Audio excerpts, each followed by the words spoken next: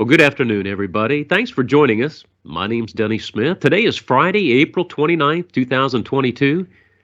Joining me on the call today is Steve Mullowney, the Chief Executive Officer of Tanzanian Gold Corporation. Steve joined TRX a little over a year ago in December. He was a partner and managing director at PricewaterhouseCoopers, where he led PwC Canada's Deals Mining Group for more than 10 years. We last spoke with Steve in early January, and in 4 short months, it is now clear that this mine is not only producing gold, TRX is accomplishing its business plan on time and under budget. Listen, before we get to Steve in this discussion, please be aware that in the conversation with him today regarding Tanzanian Gold Corporation, we are not giving anybody investment advice. What we're trying to do is provide a platform for a frank discussion about the company and the opportunities and threats in the current economic and mining environments. But it's very important to remember that your investment decisions are your own, and those investment decisions need to be based on your own personal financial situation and the advice of your accounting and financial advisors. Well, Steve, it's been quite an 18 months for you. I look back at this and I see that we've got the mining equipment and everything built. The first question I have for you, how in the world did you do this so cheaply? I'm looking at, the prices you got for things. If you've got anything to brag about, you're tighter than the skin on a watermelon. How'd you get it done? Well, thank you again, Denny, for having me here again. It's always appreciated to talk to you. Yeah, it's been a complete whirlwind 18 months and a lot of work. So, yeah, a lot of people ask us the same questions, and a lot of people don't really believe the cost that we're building things for. How did we do it? I think number one is when I came in on board, I did assess talent right across the board at TRX. Changed a lot of talent. That's not really known in the market besides the new people that we've put forward that are on our website and that have spoke about the company. But pretty much the whole management team has been changed both at TRX and at Buckreef itself. So first and foremost, you need to have doers and people who are motivated and people that have experience in doing these things. So, Andrew's done a great job as our COO. Gaston has done a great job as our now general manager at Buckreef. Isaac's done a great job, and Mike has done a great job in the finance function. So it's a coordinated effort, but it also requires taking some risk. So we did order the ball mill prior to developing a full mine plan. Given the cost benefit analysis we did in long lead item, and that was on the smaller 360 ton per day plant. But it was really utilizing all of the skill sets of our guys, knowing where to get the suppliers in country, particularly in Tanzania, utilizing local labor, local people, shipbuilders in Mwanza, and pulling it all together and doing it ourselves. So our team has experience building out mining assets, utilizing a lot of local Tanzanian support, and that's how we're able to do it. And we're lucky too. Buckreef is a straightforward from a metallurgy perspective. It's crush, grind, CIL, and luckily we get 90% recoveries. Let's talk about that asset for just a second. Many of us have been around TRX for some time. If you look back, the asset has always been great, but we just couldn't execute. Is it the new team that's making that happen, Steve? Is it better planning? What is it all of a sudden that we're getting the execution that we'd all prayed for? Look, you have to have the team to execute it. And you have to have people in this industry with experience, and you have to have people that are willing to get on the ground and get, I like to say, the proverbial get shit done. Don't like to use those type of words, but that's at the end of the day, you need people to get stuff done.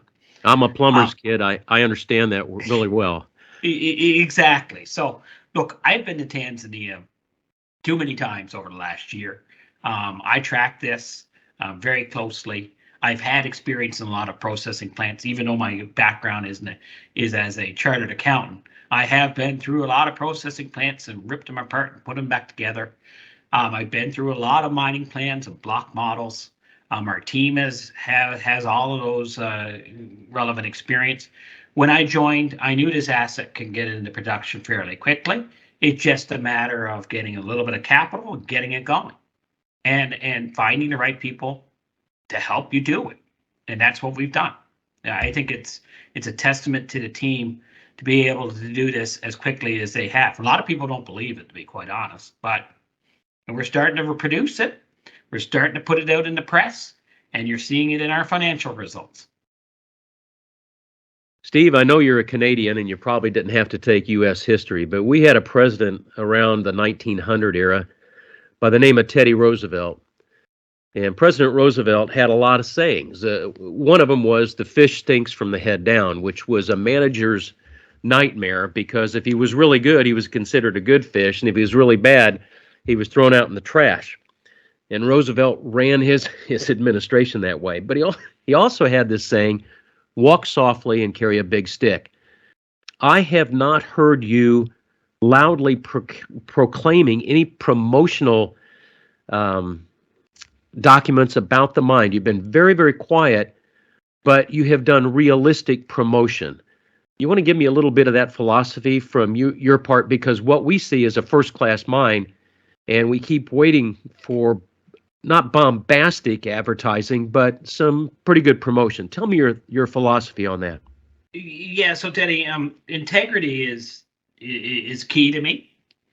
I take my reputation extremely seriously, and one of the things is I'm new to the asset. I knew it had from what I researched when I came in, that it had a great backbone to be a great mining asset.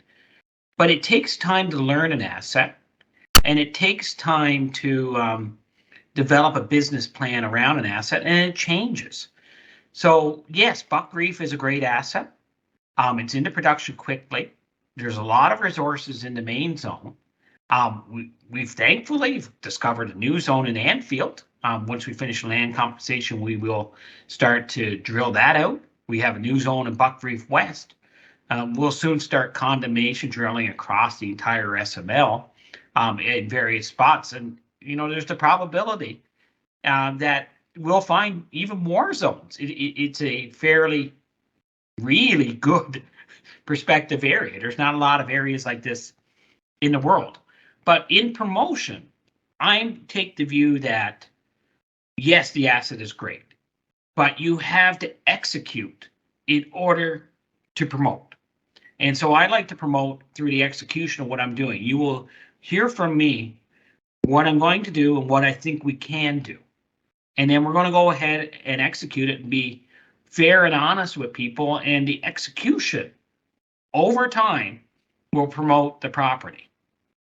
And it's through that execution, and that's the team that we have in place. I empower that team to go ahead and do that execution. I'm a firm believer that in order to build your reputation and integrity, in order to deserve the promote, you have to execute. Steve, I've been watching carefully as you have added personnel. You've added accounting staff or a controller there in Tanzania. Tell me why and what the result of that has been. Yeah, so look, even when you're looking at what you see in the public realm, there's a lot of financial numbers. And if you look at our financial statements last year, and I would encourage everybody to do that, go back to Q1 2021 and look at Q1 2022. You'll notice a lot of things have changed. The notes to the financial statements are a lot skinnier. We haven't bragged about this too much. There's no longer a going concern note in our financial statements, which means the auditors are now comfortable that we're going to survive and thrive.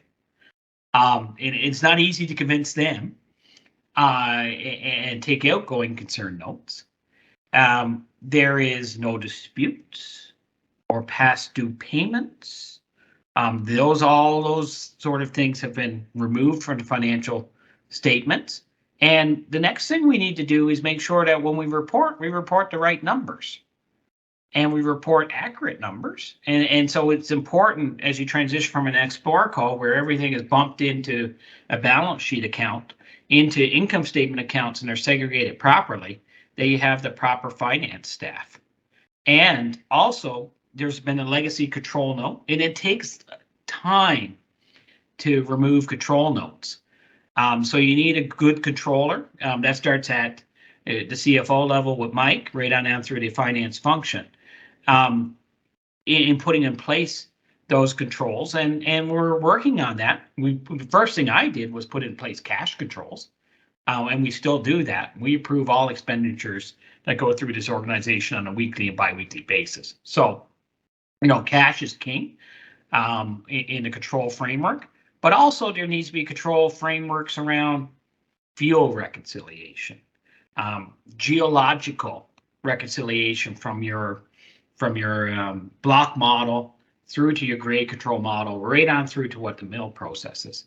And all of those things have been implemented, and it takes time to remove that controls note. But you need good finance staff because you need the right numbers. And I'll add to that is there's a significant part of the market in trading and in value that just take what comes out of your financial statements. So we want to make sure that those numbers are correct. We're now into revenues and into great gross profits of well over 55%. And we hopefully will start to see the algos and the quants trading us differently. Because if you look at the historical numbers, they're not that great. The numbers are improving quite quickly. We call those notes on the financial statements the Maalox factor. You and I both grew up as accountants and as bean counters, if you will. We watch those very, very carefully, and there is a level of anxiety every time you read them. The going concern removal was a big one for me. The second one was, I'm seeing an income statement, brother. I mean, for goodness sakes, I actually called Mike and said, is this really an income statement I'm looking at? I said, we've made the jump from exploratory to a producing mine. That's a big, big step, Steve. Yeah, Denny, the important part here is to take it a reflection. So a lot of people will come out and say, oh, you're only doing 750, 800 ounces a month. But look at the cash cost of that without economies of scale yet. At just in under $800 an ounce at Buckreef. Look at the gross profit margins that are generated at that level of production. So, we'll start to see this happen in the fall, and the financial statements in the fall. What happens when you triple that? It's magnificent, and all that falls to the bottom line. So if you have gross margins above 50%, you've got something special. And in the gold mining industry or in the mining industry, it's almost unheard of. So, yeah, you can pat yourself on the back with the three elbows on that one arm. We're coming into a period of time where building a sustainable business which can self-fund value creation activities of resources and production expansion might take a little bit more capital. And what we have seen is that the small caps have traditionally been hammered with high interest rates, and it appears that we're moving into one of those eras of high and probably increasing interest rates. How is TRX positioned in this sort of environment, Steve? Yeah, it's a good question, Denny, because when I came on board, I was there. How do I create a business plan that enables this company to survive and then sets the setting for it to thrive? And Buckreef is different, given that the oxide resources come to surface and it can go into production. And so what I'll say is the North American model of just raising big amounts of capital and doing your drilling and having a big project with a big NAV.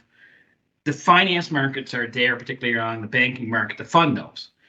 We have an opportunity here to develop something of the traditional mining model, which is start small, grow it, and continue to grow it.